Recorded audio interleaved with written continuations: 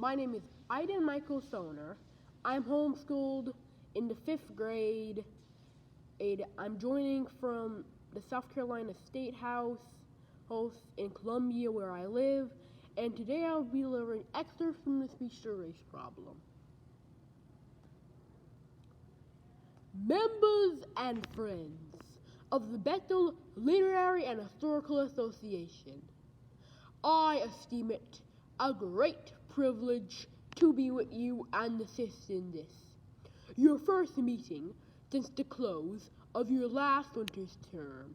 The organization of your association has been an important step in the progress of the colored people in this city. It is an institution well fitted to improve the minds and elevate the sentiments of not only its members, but the general public. Nowhere else outside the courts of law and Congress of the United States have I heard vital public questions more seriously discussed. The men selected to address you know very well that what they may utter is subjected to close scrutiny and severe discussion. Mere rant, bombast, and self-inflation may pass elsewhere, but not here. For this reason, and for my own self-respect, I shall endeavor to say what I believe to be the true problem was properly called the Negro problem. It has been well said that in an important sense words of things, especially such when employed to express the popular sentiment concerning the Negro. To couple his name with anything in this world seems to damage it and damage him likewise. Hence I object to characterizing the relation subsisting between the white and colored people of this country as the Negro problem, as if the Negro had participated in the problem, and as if they're in any way responsible for the problem. The true problem is not the Negro but the nation, not the law-abiding blacks of the South, but the white men of that section who by fraud, violence, and persecution are breaking the law, trampling on the Constitution, corrupting the ballot box, and defeating the ends of justice.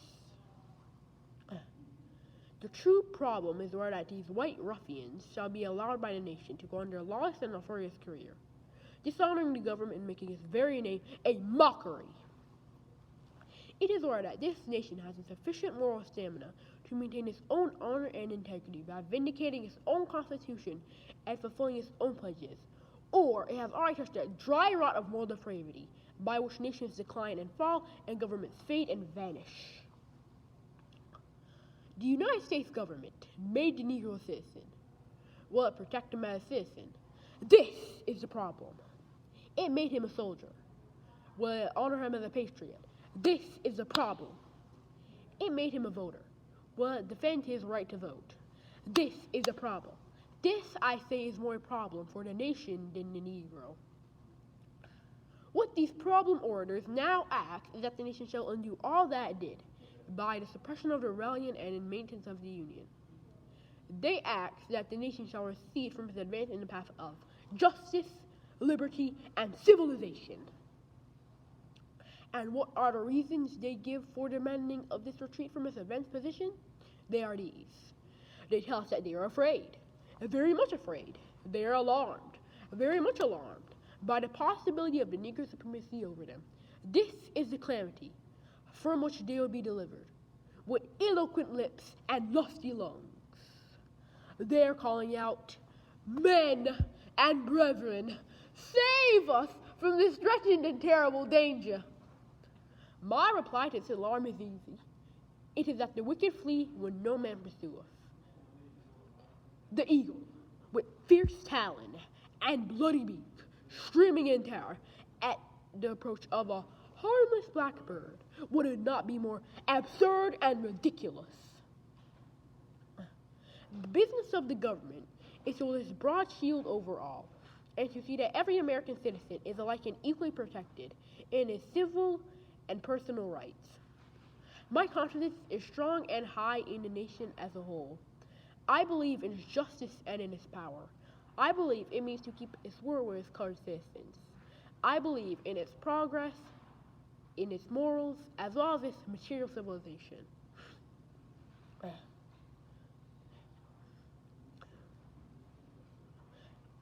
I have seen dark hours in my life, and I have seen the darkness gradually disappear and the light gradually increase.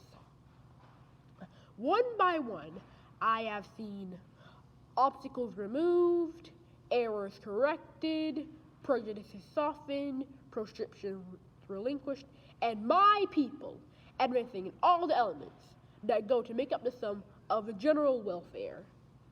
And I remember that God reigns in eternity, and whatever delays, whatever disappointments and discouragements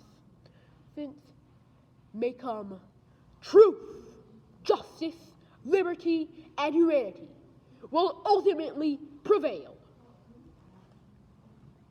Thank you. Oh, well done, well done. I can see that you put in a lot of hard work in this. You got the words, you brought it out with your amazing voice, you're wearing some cool clothes, you had gestures, hand movements, and you are in a great space to do this stuff. So thank you so much. I'm at the State House. I'm at the South Carolina State House. And that's so cool. That is so cool where you are. See all that amazing stuff. A setting just like one in which Fredrick Douglass would have been speaking in these big buildings and halls where important conversations are happening. And that's what Douglass is living on. Important conversations. Important conversations that you have an important voice in too. So as these judges are tallying up scores and things, it's going to take a couple weeks before some of the results will come out. So we will reach out. You'll hear information, but it won't be, today, tomorrow. So just hold tight. We'll follow up with you. Excellent job. Do you have any questions? No thanks. This took me a month. Yes, I love the hard work. I can see how much you put into it, and keep doing that in everything you do in your life is going to take you some places. Bye-bye. All right, take care, my friend. Well done. So how'd I do? You rocked it. I'm not even lie, you rocked it. You were sleeping in the car, but you rocked it. Come on, let's go. You really rocked it. You remembered all the lines. I'm guessing I didn't time it, so I didn't make any overtime. You shouldn't have been, but I think that was in 6 minutes. Oh.